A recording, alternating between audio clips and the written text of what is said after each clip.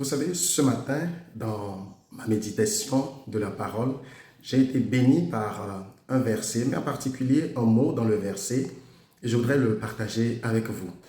J'ai médité un peu sur Romains 8 aujourd'hui, et je suis arrivé au verset 15 qui dit ceci: « Et vous n'avez pas reçu un esprit de servitude pour être encore dans la crainte, mais vous avez reçu un esprit d'adoption par lequel nous crions « Abba, Père ».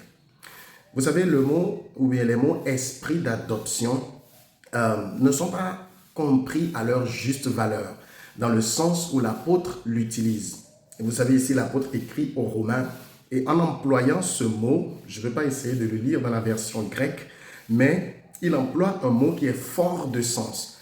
Parce que dans la loi romaine, écoutez bien ceci, un père peut renier son propre enfant, sa propre progéniture, mais il ne peut jamais renier l'enfant qu'il a adopté.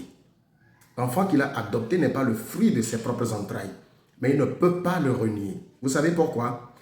Parce que les Romains considéraient que un enfant que vous avez eu, ce n'est pas vous qui avez choisi l'enfant. Vous n'avez pas choisi sa couleur de peau, la couleur de ses yeux, son sexe et tout ça. C'est comme un peu si la nature vous l'a imposé.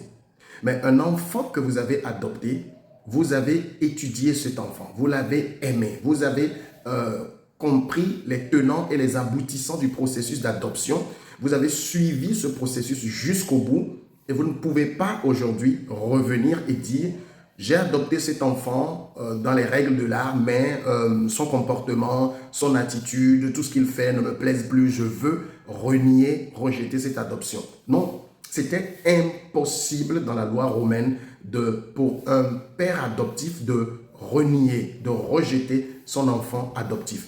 C'est le même mot que l'apôtre utilise ici en disant ceci. Vous n'avez pas reçu un esprit de servitude pour être dans la crainte, pour être encore dans la crainte. Ça veut dire, aujourd'hui, l'esprit que vous avez reçu est un esprit d'adoption. Dieu, vous connaissant tout ce que vous alliez faire dans votre vie, toutes les erreurs, toutes les fautes, tous les péchés ou tout ce que vous voulez, a quand même choisi de vous adopter. Alors, les gens peuvent dire, mais oui, est-ce que vous êtes en train de dire d'aller faire comme je veux? Non, je n'ai jamais dit ça. Mais je vous explique le procédé. Le jour où Dieu vous adoptait comme enfant, parce que nous n'étions pas son peuple, mais nous avons été hantés, nous avons été greffés. Même Israël a été choisi par adoption. Donc, le jour où Dieu nous adoptait en Christ, il savait d'ores et déjà tout ce qui allait arriver dans notre vie, tout ce que nous allions faire, toutes les déceptions que nous allions apporter, mais il a quand même choisi de nous adopter. Ce n'est pas comme si les choses que nous faisons aujourd'hui étonnent Dieu. Bien sûr, je ne suis pas en train de dire d'aller faire comme vous voulez, non. Il est toujours bien de vivre d'une bonne manière, parce qu'une bonne réputation vaut mieux que toutes les richesses du monde. Mais Dieu ne vous rejettera pas sur cette base. Dieu ne vous rejettera pas parce que vous avez commis une erreur, parce que vous avez commis une faute, vous avez commis un péché. Vous ne perdrez pas le privilège de l'adoption, parce que l'adoption est un processus très rigoureux et Dieu a été soumis, façon de parler, à ce processus avant de vous prendre à lui. C'est pour ça qu'il dit, vous n'avez pas reçu un esprit de servitude pour être encore dans la crainte, comme si demain le Seigneur va me rejeter, le Seigneur ne va plus m'aimer à cause de ceci, à cause de cela. J'ai eu à faire ceci, ma vie n'a pas été toujours en règle et toutes ces choses. Et les gens vivent leur vie chrétienne en pensant ou en se disant, je dois être droit comme une règle, je dois tout le temps avoir les deux mains jointes, vivre vraiment une vie austère, etc. et tout, parce que si je fais ceci, je risque de tomber dans la colère de Dieu. Non. L'apôtre dit, mais vous avez reçu un esprit d'adoption par lequel nous crions Abba, Père.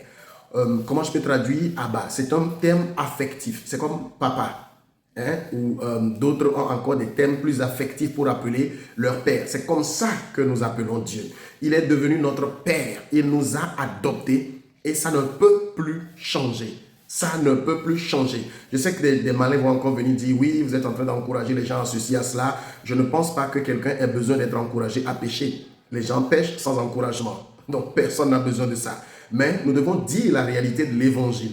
L'évangile, c'est qu'en Christ, Dieu nous a adoptés pour que nous soyons ses enfants. Et ce processus ne changera pas. La Bible dit dans Romains 11, verset 29, que Dieu ne se répand pas de ses dons et de son appel. Dieu ne fait pas d'erreur. Dieu ne choisit personne par erreur. Oui, je sais, vous pensez peut-être à tous ces gens qui étaient de grands chrétiens et puis aujourd'hui qui ont quitté et tout, mais vous vous dites qu'on ne perd pas le salut.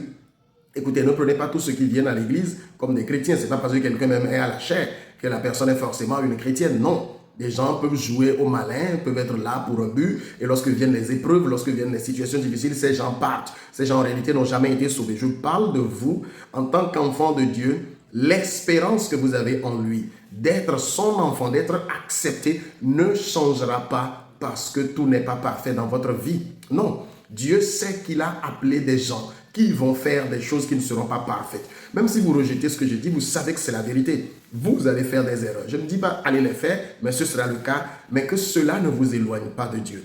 Ne vous autoflagellez pas plus que vous ne le devriez. Parce que Dieu a mesuré et calculé tout cela. Il vous a accepté.